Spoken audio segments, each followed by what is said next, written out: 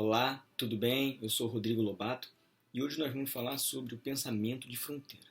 O pensamento de fronteira que é uma ideia criada por Walter Mignolo, que é um semiólogo argentino, professor de literatura da Universidade de Duke, nos Estados Unidos.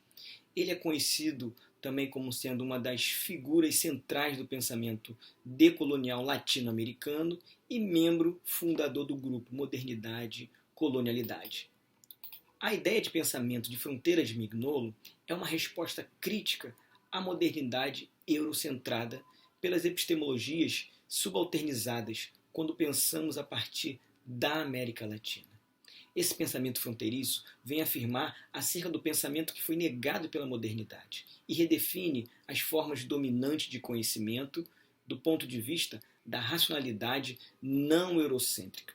Cabe dizer que esse processo vem enfrentar os pensamentos colonizados pelos discursos dominantes. Esses discursos, eles formam a nossa forma de ver, compreender e agir no mundo, podendo causar tanto conformismo quanto resistência desses processos hegemônicos. Mais atenção que o Mignolo vai abordar, ele chama de diferença colonial, que pode haver reivindicações e restituições desse pensamento local que foi subalternizado, assim como um espaço em que essas histórias locais vão implementar projetos globais, mas que foram fabricados por eles próprios, reescrevendo esse projeto e adaptando às suas necessidades locais. Essa diferença colonial e o seu reconhecimento que vai fomentar esse pensamento de fronteira, esse pensamento fronteiriço, no qual é o pensamento que foi negado por uma forma de pensar da modernidade, seja de uma ideologia da direita ou da esquerda. Se for da modernidade, não importa essa orientação.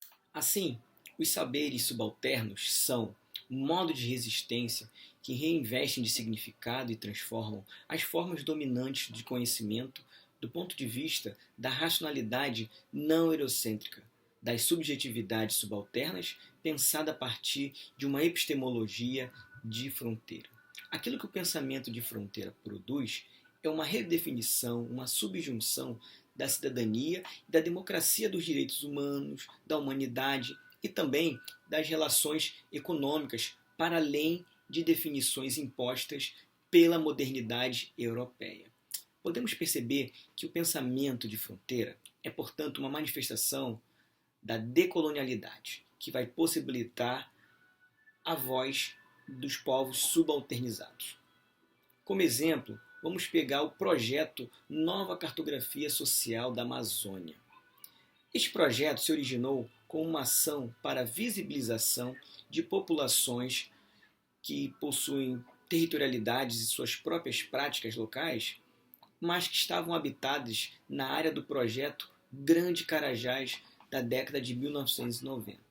E haviam sido consideradas nesses mapas realizados por vários órgãos produtores de cartografia convencionais, ditos oficiais.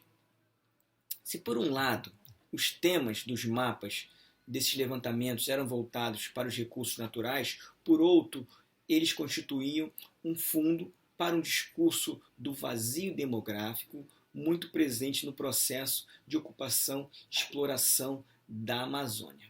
Fazer essa cartografia social sem utilizar a linguagem cartográfica oficial, ou seja, com a ideia hegemônica do que é ou o que é um mapa ou o que não é um mapa, fez com que esse projeto tivesse o que Mignolo vai falar de diferenciação colonial, porque a estratégia dessas comunidades foi se fazerem visíveis ao poder desse discurso hegemônico.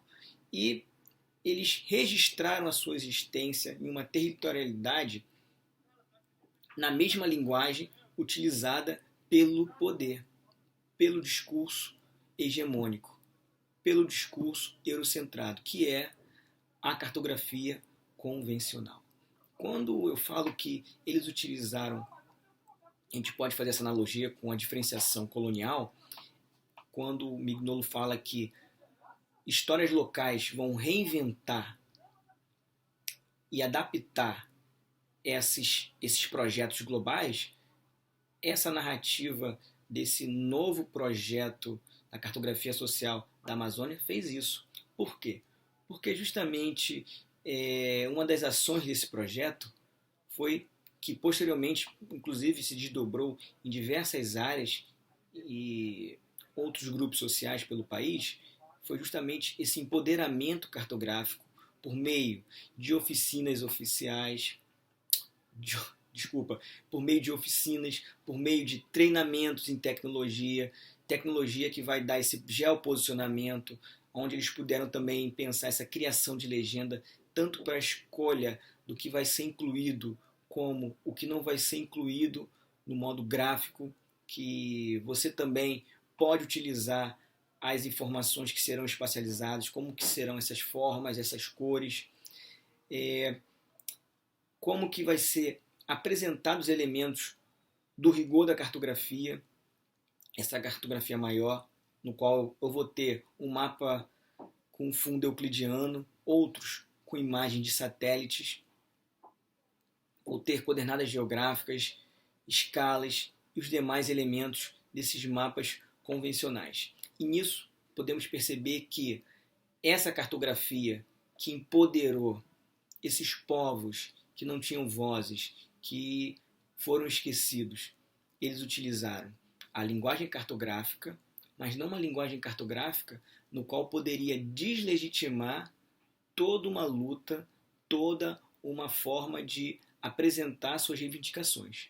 Mas eles fizeram isso utilizando seus saberes, partindo também desse empoderamento cartográfico com uma linguagem cartográfica a partir dessas convenções, dessas regras impostas por uma cartografia oficial, tradicional e hegemônica. Bom, hoje nós falamos sobre essas questões do pensamento fronteiriço e eu trouxe um exemplo a partir da nova cartografia social. Espero vocês até o próximo encontro. Obrigado, grande abraço, saudações cartográficas.